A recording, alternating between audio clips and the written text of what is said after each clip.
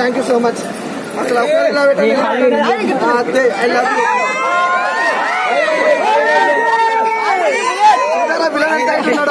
మామూలుగా లేదు, కాంబినేషన్ అయితే చాలా బాగుంది భయ్య. బ్యాక్గ్రౌండ్ మ్యూజిక్ అయితే అద్దరు కొట్టేసాం. మ్యూజిక్ గురించి చెప్పాల్సిన అవసరం లేదు. నిజంగా సినిమాకి ప్రొడ్యూసర్ నిప్పు లాంటి మనిషి. ఇలాంటి సినిమాలు అందించడం అందరి వల్ల కాదు, చాలా మంచి సినిమా. అలాగే మీరు, నాకు తెలుసు మీకేం కావాలో నాకు తెలుసు. ఆన్సర్ చూడండి, స్మైల్ చూడండి ఎంత క్యూట్ గా ఉంది. అసలు లుక్ ఉంది, అసలు కాంబినేషన్ అయితే హీరో హీరోయిన్ మధ్యలో కాంబినేషన్ మామూలు లేదు. Cute love story. అసలు మీకు మామూలు చెప్పాల్సిన అవసరం, చాలా చాలా బాగుంది, వండర్ఫుల్ ఉంది.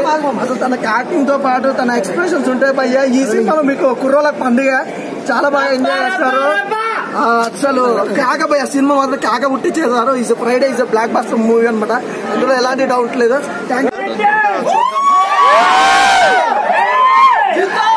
ఆడియన్స్ రెస్పాన్స్ ఎలా అనిపించింది అన్న? గుడ్ రెస్పాన్స్ అయితే బాగానే ఉంది. కాకపోతే ఇప్పుడు అంతా ఆల్మోస్ట్ కర్మ వాళ్ళు వచ్చి ఉంటారు కదా, సో ఆనే మనం just want audience to watch it and positive reviews, అంటే కరెక్ట్ రివ్యూస్ ఇవ్వాలి. అంటే బాగుంటుంది. కెరీర్ బెస్ట్ ఏంటంటే పాజిటివ్ న్యూస్ ఏంటంటే ఫస్ట్ టైం అండి హౌస్ఫుల్ బోర్డు చూడడం, వెరీ హ్యాపీ అనమాట. లైఫ్ లో చూస్తానా లేదనిపించింది, రాజకీయంతో చూపించారు. Thank you so much. Thank you. మా ఆర్టిస్ట్ అందరూ చాలా బాగా చేశారండి. థ్యాంక్ఫుల్.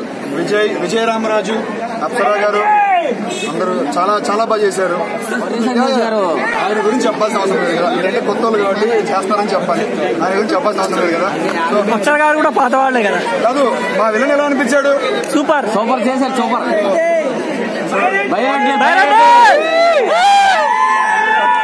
కట్అవుట్ చూసి కొన్ని నమ్మాలంటారు కదా, అందుకే ఆ ఫైట్ పెట్టాము. మంచి సినిమా చేసాం.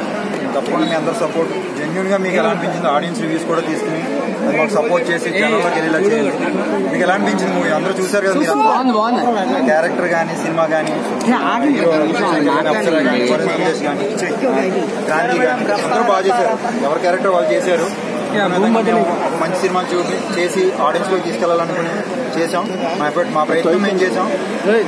అందరూ కూడా సపోర్ట్ చేసి సినిమాని ఇంకా కొంచెం ముందు తీసుకెళ్తారని ఆశిస్తున్నాను. Thank you.